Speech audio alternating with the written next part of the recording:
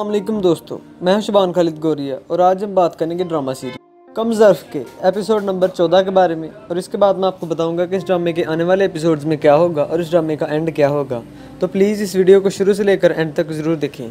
जैसा कि अब तक आपने देखा कि फारिया से करारा जवाब सुनने के बाद आयमा अपनी मुमानी को फ़ोन करती है और उन्हें कहती है, इस रिश्ते को लेकर हम बहन भाई कंफ्यूज हैं, हम मशवरा कर रहे हैं, इसलिए थोड़ा वक्त लगेगा।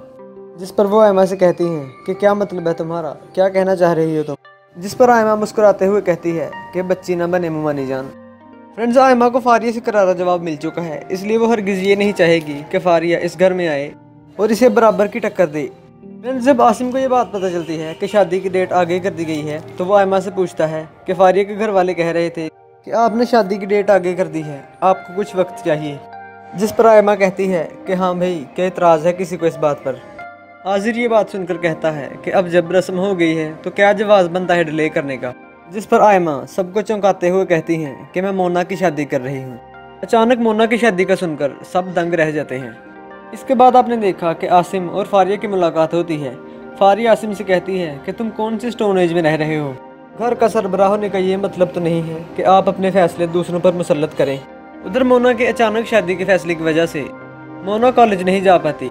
मोना को कॉलेज में ना पाकर नुमान उसकी दोस्त से पूछता है कि आज मोना नज़र नहीं आ रही। जवाब में वो कहती है कि हाँ, उसकी कॉल आई थी, वो कह रही थी कि उसके घर में कुछ लोग उसे देखने आ रहे हैं। मोना के रिश्ते की बात सुनकर नुमान बहुत ज़्यादा परेशान हो जाता है, क्योंकि वो मोना से मोहब्बत करता है और उससे शादी भी करना चाहता है।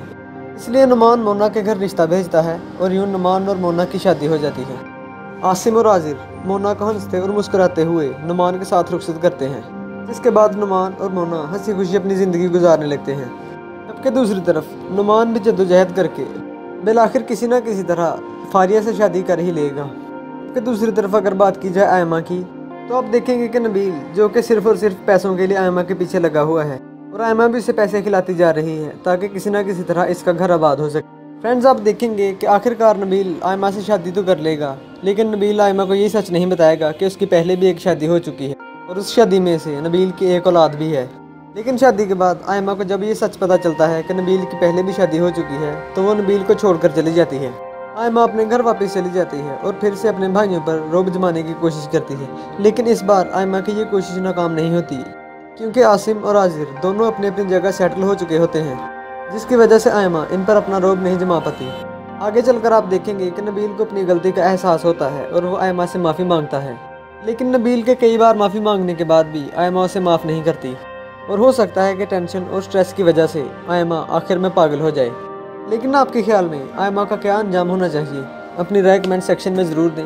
और अगर आपको ये वीडियो अच्छी लगी तो इस वीडियो को लाइक ज़रूर करें और मज़ीद अच्छी वीडियोज़ के लिए हमारे चैनल को सब्सक्राइब करें और साथ मौजूद घंटी के निशान को दबा दें, ताकि मुस्तकबिल में आने वाली वीडियोज़ की नोटिफिकेशन आपको मिलती रहे। शुक्रिया।